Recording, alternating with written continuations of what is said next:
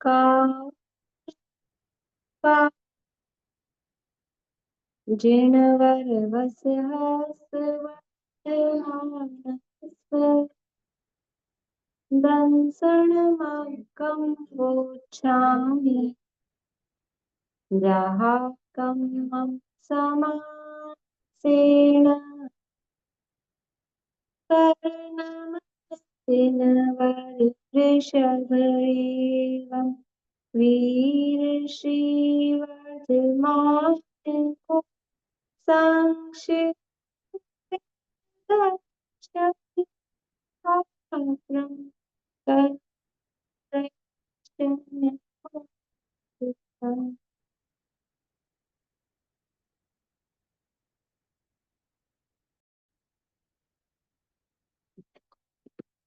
अष्टपावड़ जी नामा की ग्रंथ है श्रीमद् भगवत कुंकुंदाचार्य जी द्वारा रचित।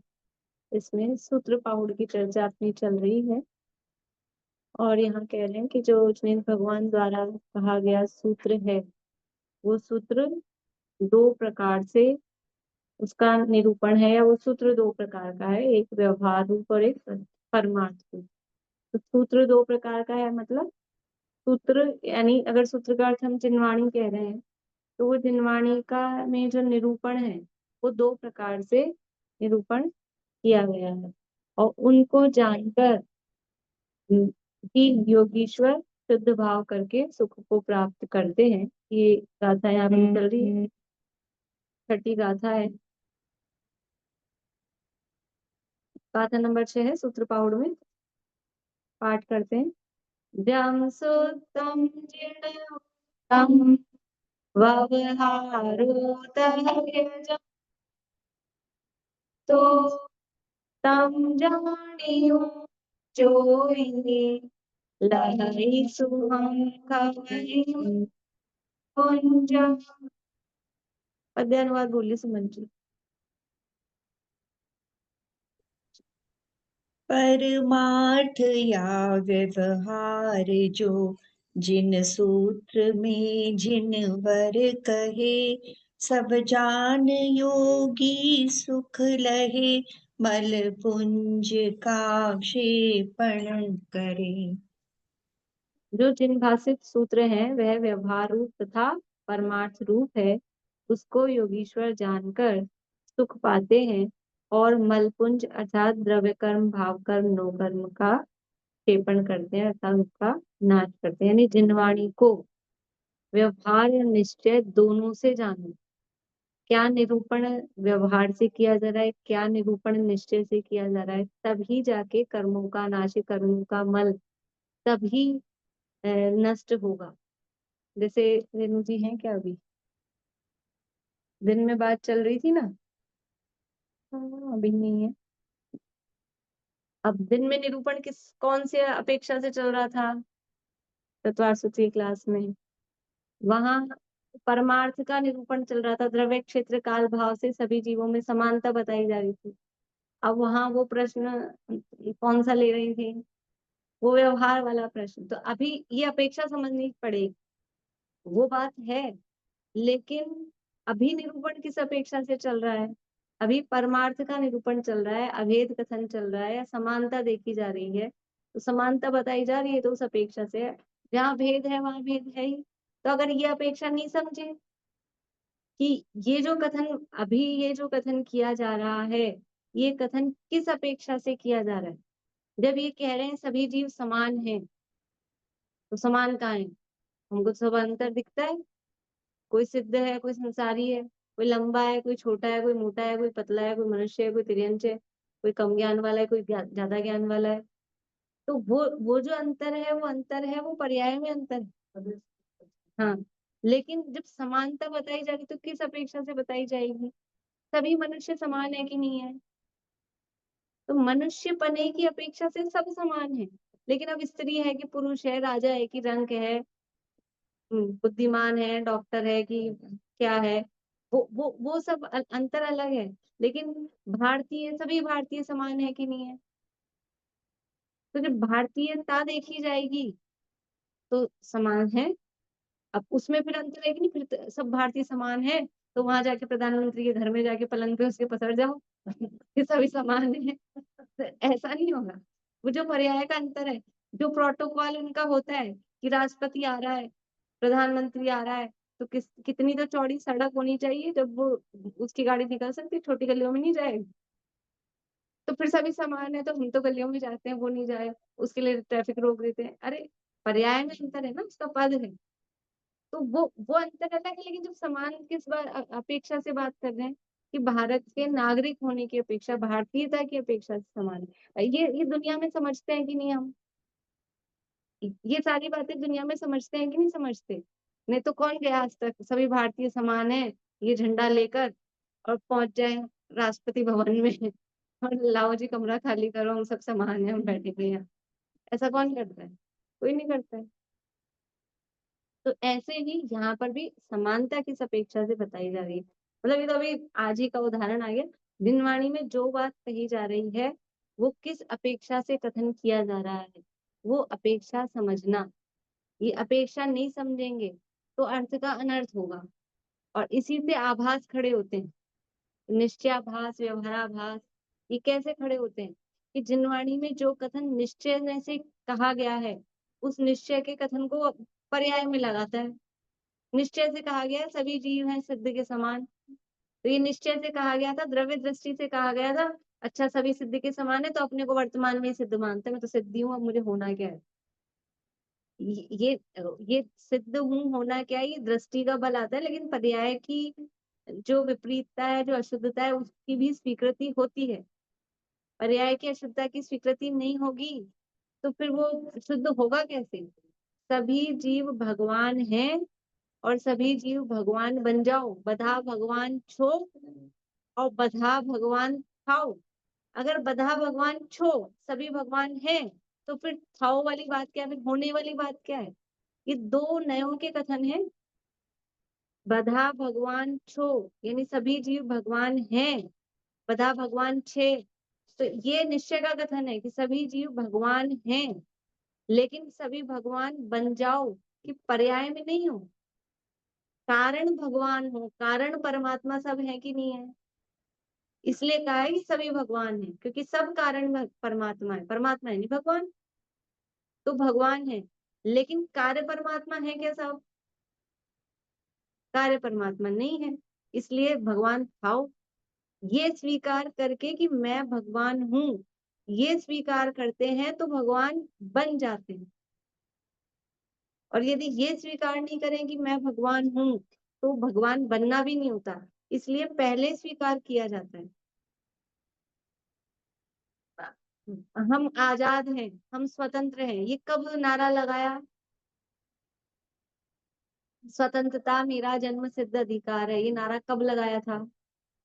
परतंत्रता में ये स्वतंत्रता की स्वीकृति, परतंत्रता में स्वतंत्रता की स्वीकृति की।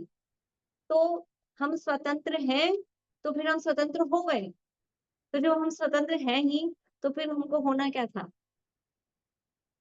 कि द्रव्य से द्रव्य दृष्टि से स्वतंत्र हैं, लेकिन पर्याय में पराधीनता थी, तो वो उस पराधीनता के समय ही स्वतंत्रता की स्वीकृति।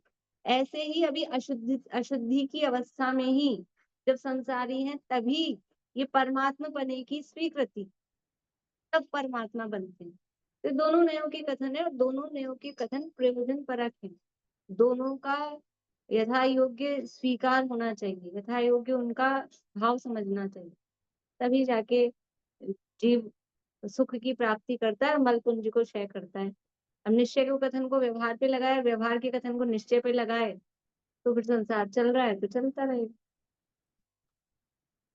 देखिए यहाँ भावार्थ की चर्चा अपनी चल रही थी, और कल अपनी चर्चा यहाँ तक हो गई थी। अगले पेज पे आएंगे ना, या ये हो गया था आत्म वस्तु के अनादि से पुद्गल कर्म का संयोग है, ये वाला पैराग्राफ हो गया था, है ना? इसके लोक नीचे शिखर पे वाला भी जाके, हो गया था। हाँ तब मुक्त या सिद्ध कहलाता है, यहाँ तक हाँ हो गया। हाँ, नीचे, हाँ मतलब यही पैराग्राफ चल रहा है, वो नीचे का नहीं है, वही पैराग्राफ चल रहा है।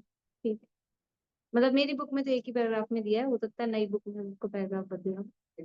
सिद्ध बना दिया था ना कल, तब मुक्तिया सिद्ध हो जाता है, यहाँ तक का हो गया था।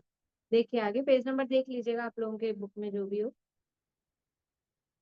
इस प्रकार जितनी 44 पेज नंबर है। पेज नंबर 44, 44 नंबर पेज है।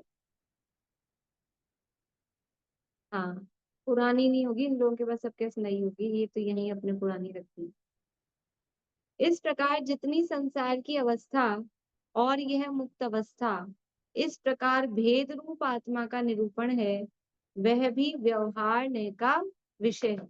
जितनी संसार की अवस्था और ये मुक्त अवस्था, अभी संसारिणो मुक्ताश्री जो कहा, ये संसारी है ये मुक्त है, ये भी कौन से नय का कथन है?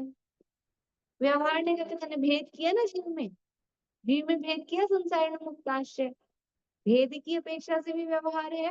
और पर्यायाश्रित निरूपण है, पर्यायाश्रित निरूपण है ना। संसार क्या है? पर्याय। और सिद्ध क्या है? मुक्त क्या है? वो भी पर्याय।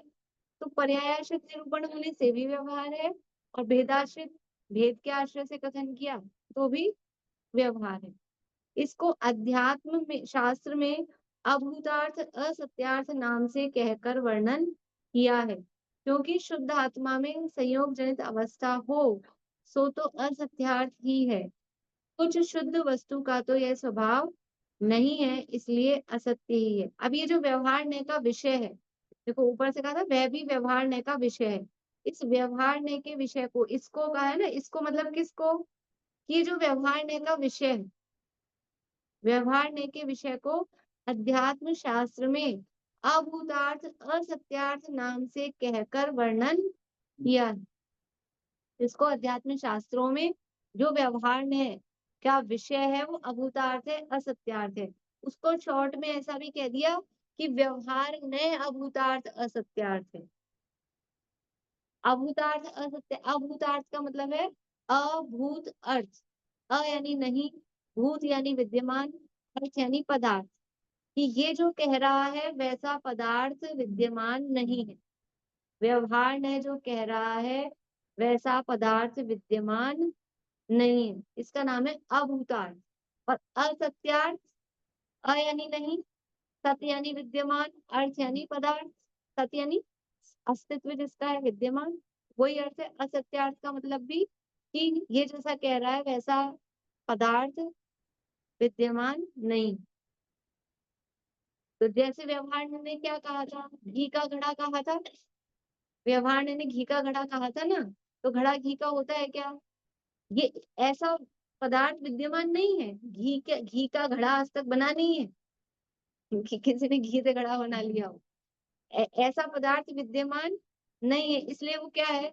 अभूत अर्थ है, वो उसकी अस्तित्व नहीं है, असत्यार्थ है, उसका अस्तित्व नहीं, इसलिए उसको अभूतार्थ असत्यार्थ नाम से कहकर वर्णन किया है। क्योंकि शुद्ध आत्मा में संयोग जनित अवस्था हो सो तो असत्यार्थ ही है, कि आत्मा कैसा है वास्तव में?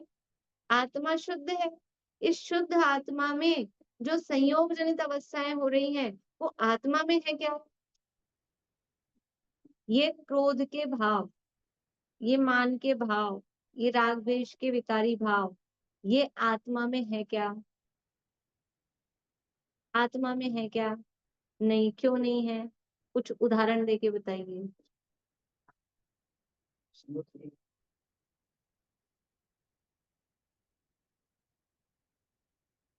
क्रोधादि भाव के लिए कचरे वाला उदाहरण नहीं लगेगा, कचरा तो बिल्कुल अलग चीज है, क्रोधादि भाव तो आत्मा में होते हैं ना। उदाहरण अभी अपन ने पढ़ा था 14वीं गाथा, 14वीं गाथा के अबद्ध स्पष्ट आदि 5 बोल पढ़े थे, उसमें आया था कि नहीं आया था कुछ? क्या क्या पानी में डूबा इसके लिए नहीं है, क्रोध आदि भावों के लिए कौन सा उदाहरण दिया है? सब मुझे देख रहे हैं ऐसे। अरे आप लोग तो महारथी दो कितनी बार पढ़ चुके हो समय सार, तो अभी आप चला कौन बोले? निशांटी, क्रोध आदि भावों के लिए कौन सा उदाहरण दिया है? जल में काई के समान। अरे 14वीं गाथा में तो काई है ही नहीं। सुमन जी बोली। कमलिनी पत्र का, कमलिनी पत्र किसके लिए दिया है? वो द्रव्य कर्म के लिए दिया है। मैम कीर्तन ऐसे अर्चना, हाँ आशा असंयुक्त आंटी का बोलिए। उदाहरण है मैम। हाँ मुझे तो ऐसे समझ में ऐसे नहीं, याद आया। असंयुक्त का उदाहरण तो बताइए, कौन सा उदाहरण? असंयुक्त उदाहरण का तो है नहीं, ये तो उदाहरण तो अबद्ध पता स्पष्ट नहीं। का है, अबद्ध स्पष्ट का है कमलिनी पत्र। अच्छा अर्चना जी आपकी आवाज बंद है। मुझे तो ऐसे ही याद है जो बताया था, मैं बहुत एक ही बार पढ़ा कि बोलिए। ये जो क्रोध आदि भाव है, ये तो पुद्गल कर्म वाले भाव है, इसका आत्मा से न कर्ता कर्म संबंध है, न व्याप्य संबंध, न तादात्म्य संबंध, कुछ नहीं है, आत्मा अलग है, उसका संबंध नहीं है, इतना ही याद है मुझे। ठीक, ये ठीक बात है समझाया वो। था मैं, अच्छे से। हाँ मैं तो 14वीं गाथा से पूछ रही अब थी। वो गाथा है मगर हाँ नहीं, पर हाँ, ऐसा बोलिए। भाव कुछ याद है। अर्चना जी बोलिए। हाँ, हाँ मोहादि विकारी भावों से असंयुक्त है, इस तरह का उदाहरण है, मोह राग ये द्वेष रूप भाव। उदाहरण कहाँ आया इसमें? जैसे अच्छा, पानी की उष्णता, हाँ ये है ना क्रोधादि भाव, वो आत्मा उस रूप होता है।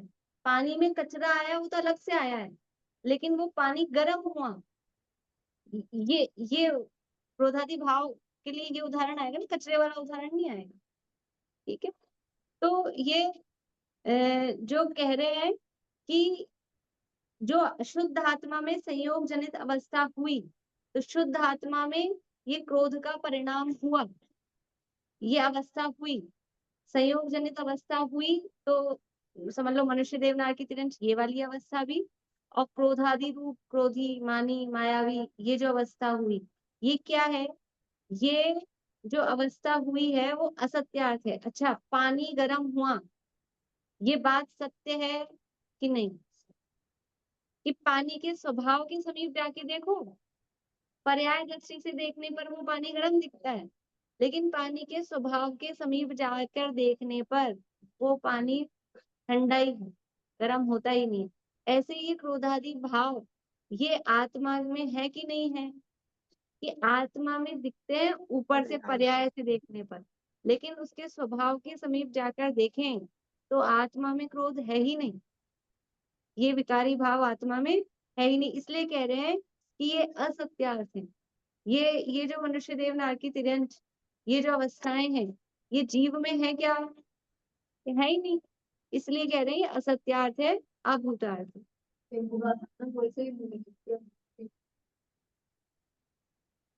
हाँ, क्रोधादि में उपयोग ना, वहां वो भी वही। देखिए, तो शुद्ध आत्मा में संयोग जनित अवस्था हो सो तो असत्यार्थ ही है। कुछ शुद्ध वस्तु का तो यह स्वभाव नहीं है, इसलिए असत्य ही है। ये जो चल रहा है ना अभी ये भावार्थ, ये काफी मतलब थोड़ी गहरी चर्चा है, इसको वापस पढ़ना चाहिए जाके, अभी क्लास के बाद फिर से पढ़ना चाहिए। आज में सोने से पहले इसको एक बार फिर से पढ़ना चाहिए, और कल बैठने से पहले फिर से पढ़ना चाहिए।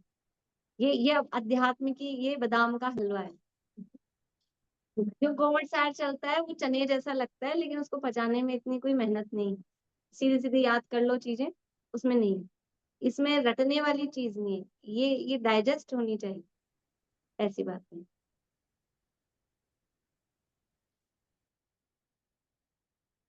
देख, कुछ शुद्ध वस्तु का तो यह स्वभाव नहीं है, इसलिए असत्य ही है। जो निमित्त से अवस्था हुई वह भी आत्मा का परिणाम है, जो आत्मा का परिणाम है वह आत्मा में है, इसलिए कथनचित इसको सत्य भी कहते हैं। अब देखो, अभी तो कह रहे हैं असत्य है, दोनों बातें बता रहे हैं। ये जो संयोग जनित अवस्था हो रही है, ये सत्यार्थ है कि असत्यार्थ है? कि यदि उसके स्वभाव के समीप जाकर देखेंगे तो असत्यार्थ है, अभूतार्थ है, लेकिन यदि उसको पर्याय की तरफ से देखेंगे तो वो है। अब अभी वो उदाहरण ले लो, वो सरल लगता है आप लोगों को, कि उस कमलनी पत्र को, कमल के पत्ते को ऊपर से देखेंगे तो पानी में डूबा है कि नहीं डूबा है? पानी में डूबा है, बिल्कुल पानी में डूबा है, लेकिन उसके स्वभाव के समीप जाकर देखते हैं तो उसमें पानी को छुआ नहीं है, स्पर्श है, अबद्ध है स्पर्श। ऐसे ही अब ये दो नयों के अलग अलग कथन है, दो अपेक्षाएं अलग है। आपने कौन सा चश्मा पहना है, दूर का कि पास का? दो चश्मे होते हैं ना, हमने तो दोनों एक साथ लगा रखे हैं, एक साथ बना रखे हैं हमने, दोनों एक साथ बना रखे हैं। तो भी यूज में एक बार में एक ही आता है, जब सामने देखते हो तो दूर का काम आता है, जब नीचे देखोगे तो पास का काम आएगा। एक बार में तो एक ही काम आएगा, भले अब एक में बना लो।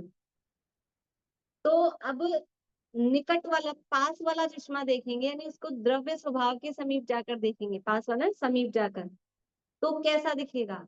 और यदि दूर से देखेंगे तो कैसा दिखेगा। ये दो नजरिए अलग अलग हैं, और इनको नहीं समझेंगे तो कोई गड़बड़ होती ही रहेगी। हमने तो देखा था वो पानी में डूबा था, ये डूबा तो तुमने देखा है, लेकिन उसके स्वभाव के पास तो जाके देखो। हमने तो देखा था पानी उबल रहा था, पानी उबल रहा था।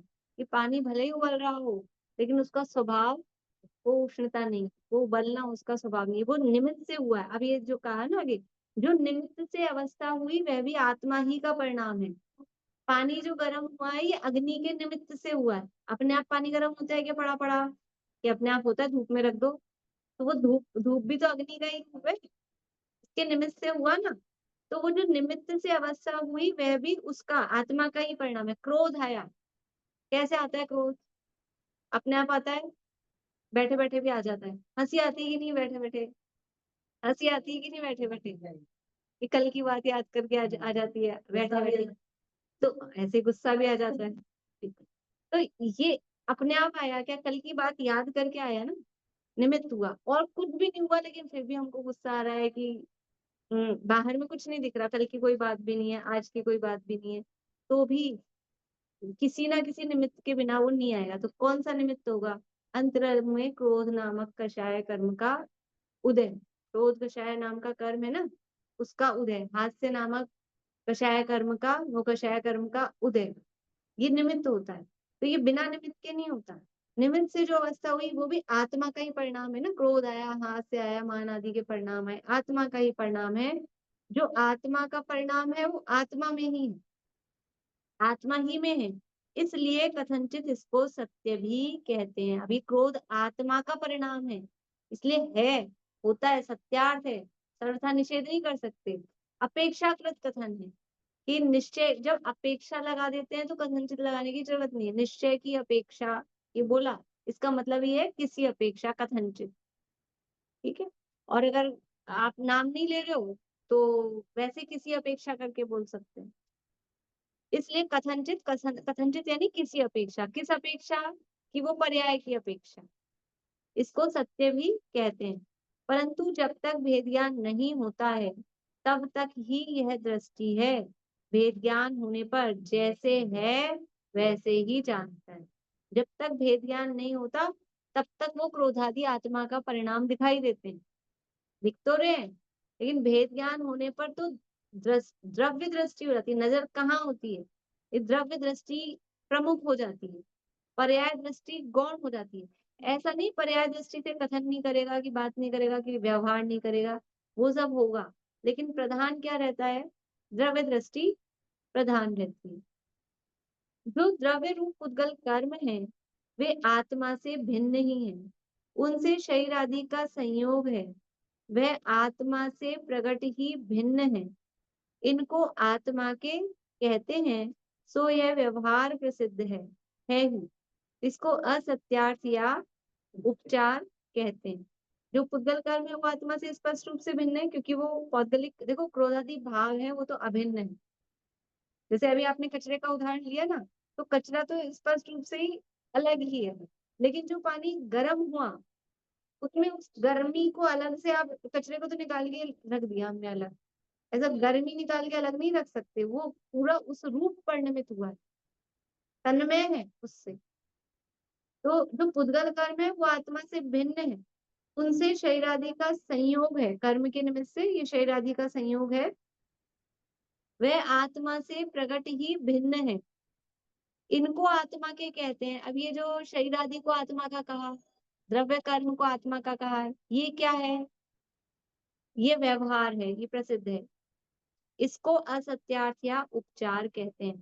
थोड़ा आप लोगों को डायरेक्शन समझ में आ रहा है, किधर जा रहे हैं ये? क्या डायरेक्शन समझ में आ रहा है? अर्चना जी बोलिए, आपको समझ आ रहा है कि किधर से किधर जा रहे हैं?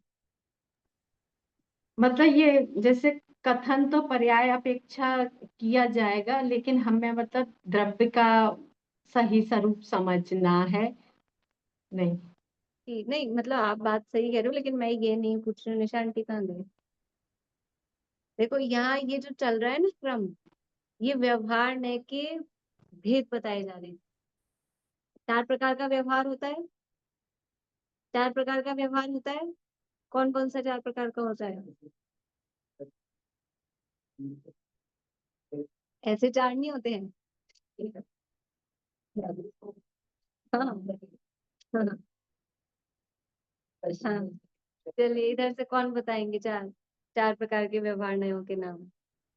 हाँ, तृप्ति भाभी बोलिए। आवाज खुद चालू करिए आप दबाइए अपने आवाज को। ऑप्शन नहीं आएगा। अब करिए। अपने आप भी कर सकते हैं, ये तो मैंने आपको कहा है, लेकिन आप अपने आप भी कर सकते हैं। शाम की क्लास में चालू ही रहता है। बोलिए। आवाज नहीं आ रही है, आपके फोन में गड़बड़ है। ये तो चालू हो गया, लेकिन आवाज नहीं आ रही है आपकी। विनीता आंटी बोलिए। नहीं आ रही, आपकी आवाज नहीं आ रही। सद्भूत व्यवहार ने, असद्भुत व्यवहार ने, सद्भूत के उपचरित, सद्भुत अनुपचरित, असद्भुत और उपचरित, असद्भुत और उपचरित, 4 प्रकार। सब आपने कुछ भी बोला है ऐसे ही। कर दिया सद्भुत असद्भुत व्यवहार ने, फिर सद्भुत का उपचरित अनुपचरित सद्भुत व्यवहार ने, अनुपचरित में सद्भुत अनुपचरित और असद्भुत अनुपचरित। हाँ ठीक है। 4 प्रकार का व्यवहार होता है, तो मूल में 2 प्रकार का। माइक बंद कर लीजिए विनीता आंटी। मूल में 2 प्रकार का है, सद्भुत और असद्भुत। फिर उसके 2 भेद किए, दोनों के 2-2। तो अनुपचरित सद्भुत व्यवहार ने, उपचरित सद्भुत व्यवहार ने, अनुपचरित असद्भुत व्यवहार ने और उपचरित असद्भुत व्यवहार ने। हम ऊपर से नीचे आए, हमने जो याद कर रखा है वो नीचे से। हमने उपचरित असद्भुत पहला नंबर जो हम देते हैं व्यवहार नयों में। अब यहाँ ज्यादा लोग हैं नहीं, 1-2 लोग ही हैं जो अपन ने व्यवहार पढ़े हैं निश्चय। पहला नंबर देते हैं अपन ने जो पहले पढ़ रखा है उसमें, लेकिन यहाँ ऊपर से नीचे चल रहे हैं। सबसे पहले किसकी बात की? अनुपचरित सद्भुत व्यवहार ने। अनुपचरित सद्भुत व्यवहार किस? हाँ, तो यहाँ उल्टा चल रहे हैं ना, वही तो बोल रही हूँ। अपन ने वैसे याद कर रखा है नीचे से ऊपर, यहाँ ऊपर से नीचे चल रहे हैं।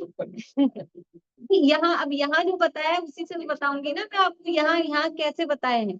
सबसे पहले भेद व्यवहार का निषेध किया ना, कि जो भेद का पीछे से जो बात की, कि जो हमने भेद से कथन किया, जो कल अपन ने बात की थी पिछले पेज पे, कि चेतना के विशेष कहे हैं, ये गुण भेद किया। तो जो अनुपचरित सद्भुत व्यवहारने का विषय क्या है? गुण भेद है ना, अनुपचरित सद्भुत व्यवहारने का विषय। ख्याल आ रहा है कि नहीं? मैं वो नहीं पढ़ा रही हूँ पूरा, नाम तो ख्याल है ना सबको। गुण भेद उसका विषय है, तो पहले गुण भेद की बात की, ठीक है। फिर उसके बाद में उपचरित सद्भुत में किसको लेते हैं? कि जो, हाँ, जो आत्मा में पर्याय मौजूद है, जो पर्याय आत्मा में मौजूद है, विकारी हो चाहे अविकारी हो। तो ये क्रोधादि भावों को लिया अभी, समझ में आ रहा है?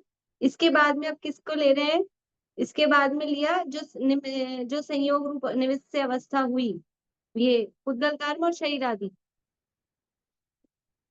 निमित्त से जो अवस्था हुई, जो पिछला पैराग्राफ पढ़ा था, वो किस में लिया था? उपचरित सद्भुत का कथन था वो। और उससे पहले जो कल पढ़ा था, वो अनुपचरित सद्भुत का कथन था। अब आप लोग देखना जाके बैठ के, जिन लोगों ने नाम पढ़ रखे हैं वो देखना। बाकी अभी अभी तो ये पढ़ते हैं, फिर नहीं, किन किन ने नहीं पढ़ रखे हैं 4 नाम और 4 तरह से? 1 2 2 ही लोग हैं, बाकी सबने पढ़े हैं, ठीक है। देखिए, व्यवहार के 4 भेद बताए जाते हैं। तो वो 4 भेदों को यहाँ नाम नहीं दिया, हेडिंग नहीं दिया, पर बता उसी से रहे हैं। तो एक तो ऐसा कि जो अपने में ही भेद करे, सबसे पहला वो किया। उसी द्रव्य 2 तरह से लिया था ना, व्यवहार के कथन भी, जो परिभाषा ली थी वो भी 2 तरह से, कि एक तो जो यहाँ शब्द दिए थे ना, भावार्थ का दूसरा पैराग्राफ,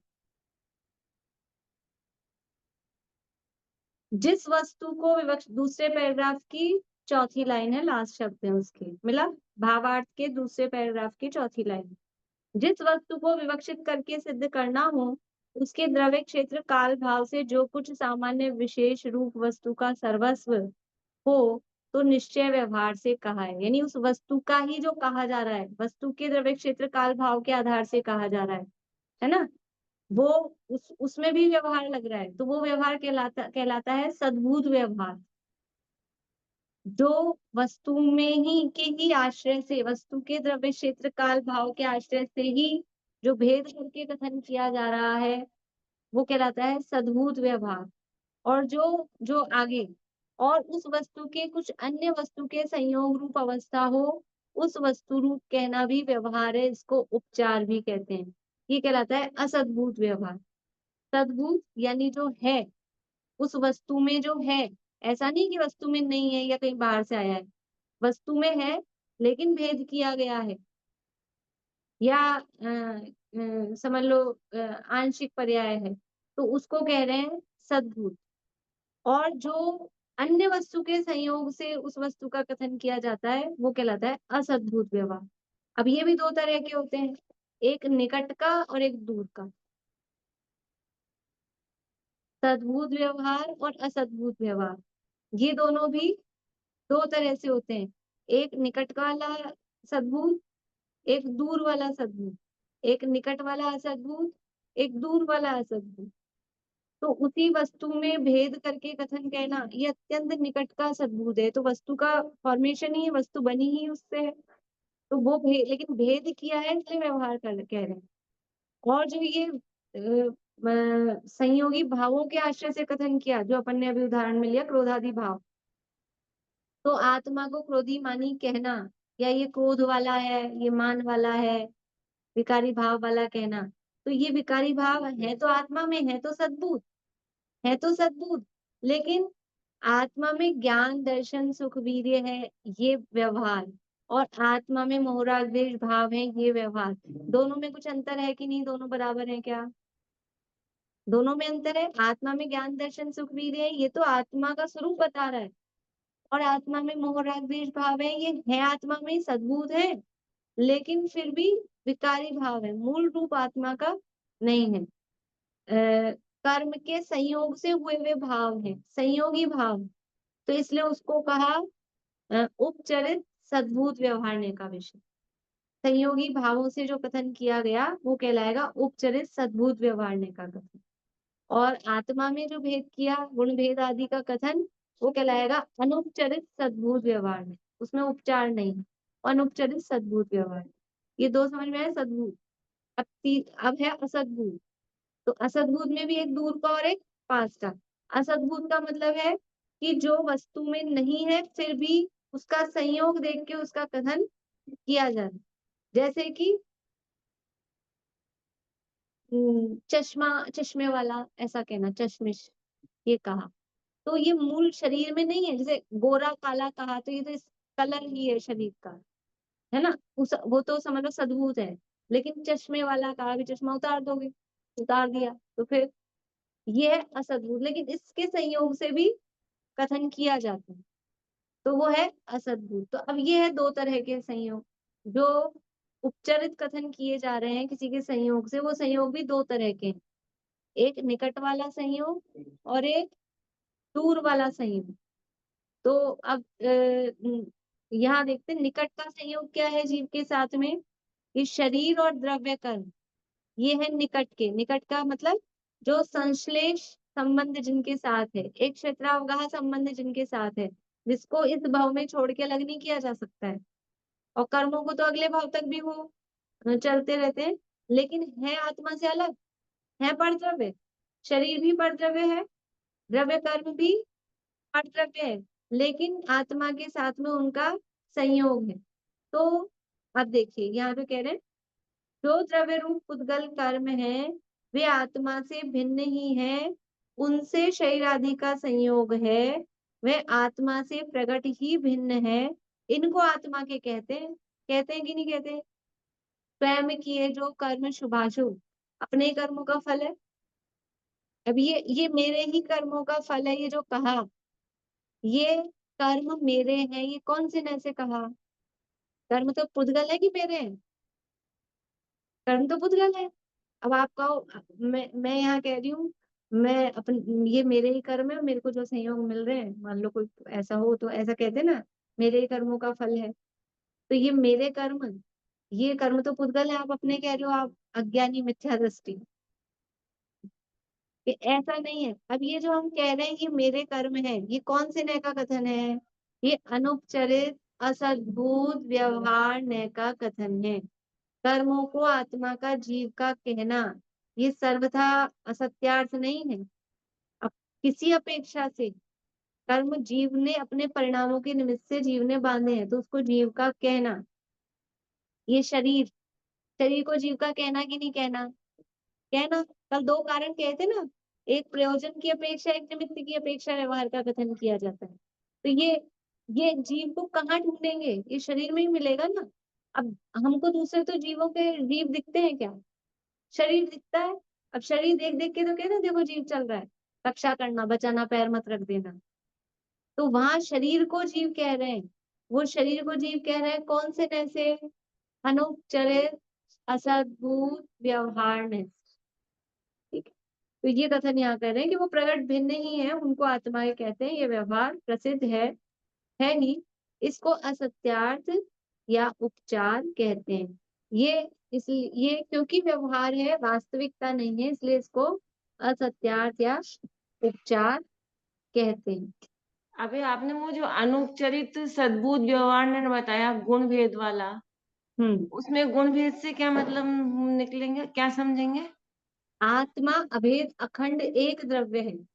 अच्छा, आत्मा में कहना ये ज्ञान है, ये दर्शन है, ये चारित्र है, ये भेद किया। ये व्यवहार आत्मा नहीं हो गया। अभेद है। हाँ हाँ, और निश्चय में भेद नहीं में है, कहेंगे तो वो अभेद देखेंगे। अभेद अखंड। हाँ, अगर एक जो वास्तव निश्चय में नहीं में तो है आत्मा ना। में, हाँ, ये जो कहे जाते हैं ना, ये गुणों का भेद भेद अच्छा, जैसे ये है, ये है पेन। अब इसमें स्पर्श है कि नहीं? ये अच्छा सॉफ्ट सा है ना, स्पर्श है, इसका रंग है कि नहीं? इसकी गंध है कि नहीं? अपने को चार ही गुण पता है, तो ये चार गुण के आधार पे अब ये गुण कहाँ है ढूंढो, कि वो पूरे, मतलब उसमें भेद, इसमें भेद करके दिखाओ। पूरे में व्याप्त है, अभेद है, द्रव्य अभेद होता है, लेकिन अब समझने के लिए भेद करके कथन किया, तो इसके आश्रय से ही भेद किया, इसलिए वो अनुपचरित है। और इसमें है, सफेदी भी है, चिकनापन भी है, भारीपन भी है, हल्कापन भी है, जो भी है वो इसमें है। तो इसमें है इसलिए सद्भुत है, लेकिन अनुपचरित है और सद्भुत है, ऐसा कथन करना। पर भेद किया है इसलिए व्यवहार है, इसमें है इसलिए अनुपचरित, किसी के संयोग से नहीं आया, इसी में है, सत्ता में है, तो अनुपचरित सद्भुत हुआ। लेकिन भेद करके कहा इसलिए व्यवहार, भेद करके कहते ही व्यवहार नहीं हो गया। भेद और करके। अगर आपने उसको एक अखंड समझा या उसको आपने ऐसा ही जाना तो वो निश्चय नहीं हो गया। उसको हाँ अनुभव में निश्चय, एक वैसे हाँ, सारे गुणों को अनुभव में लिया तो वो निश्चय हो गया। अभेद अखंड कथन करना वो निश्चय है, और भेद करके कथन करना वो व्यवहार। ठीक है, अभी इतना ही लेते हैं, थोड़ा मुझे जल्दी जाना है, शेष चर्चा अपन कल और करेंगे। एक जो वो हाँ, बताया था कि वो शक्त्यांश, एक तो जो अविभागी प्रतिच्छेद वाला परिणमन होता है हर एक गुण में, हर एक द्रव्य में, और उसके गुणों में एक तो अविभागी प्रतिच्छेद, तो वो भी परिणमन कहलाता है। हम्म, और एक ही जो पर्याय रूप परिणमन होता है वो भी परिणमन कहलाता है। वही दो तो दो तरह से। पर्याय है, वही तो पर्याय है। ये जो देखो, एक गुणों की पर्याय होती है, एक द्रव्य की पर्याय होती है, द्रव्य की भी पर्याय होती है, गुण की भी पर्याय होती है। तो प्रत्येक गुण में ये जो शक्ति के अंश में जो परिणमन हो रहा है, वो गुणों की पर्याय चल रही है। और ओवरऑल मिला के द्रव्य की, जैसे सिद्ध दशा है, ये कौन से गुण की पर्याय है? सिद्ध, सिद्ध पर्याय है ना, कौन से गुण की पर्याय है? बोलिए।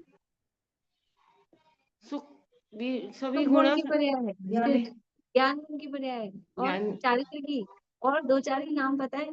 अरे नहीं फिर वो जीव तो आप। द्रव्य की पर्याय है, जीव द्रव्य की पर्याय है, स्वभाव व्यंजन पर्याय, व्यंजन पर्याय में लेते हैं ना। सिद्ध है वो जीव द्रव्य की पर्याय, वो किसी गुण की, पर्टिकुलर गुण की पर्याय नहीं है। ये मनुष्य पर्याय है, कौन से गुण की पर्याय है?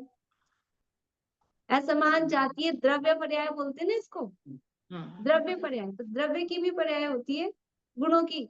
अभी पुद्गल द्रव्य की ये पर्याय है, ये पुद्गल द्रव्य की पर्याय है। स्कंद भी लो इसको, तो स्कंद रूप की पर्याय है। अब इसमें गुणों की पर्याय है कि नहीं? वर्ण गुण की सफेद रूप, स्पर्श गुण की चिकना रूप, गुणों की पर्याय है। तो और वो फिर गुणों में भी परिणमन हो रहा है, द्रव्य में भी परिणमन हो रहा और है। फिर अविभाज्य प्रतिच्छेद, वो जो अविभाज्य शब्दांश है वो गुणों के, गुणों की। गुणों के। ठीक है, चलिए जिलवाने से।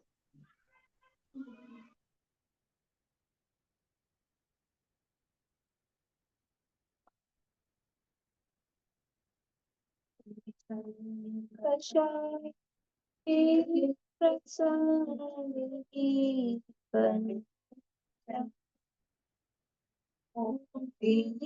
जन के संग सुख शांति कहाँ, जग संगति से तो बड़े दुख में निर्गत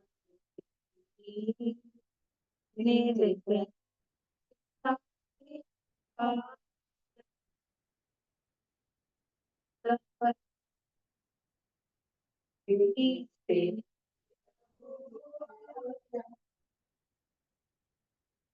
अलग।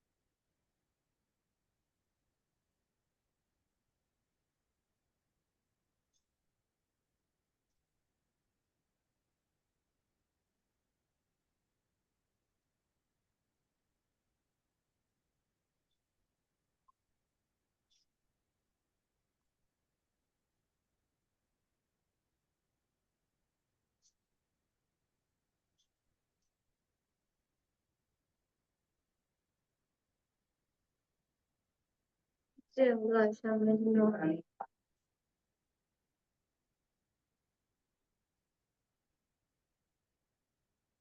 जैसे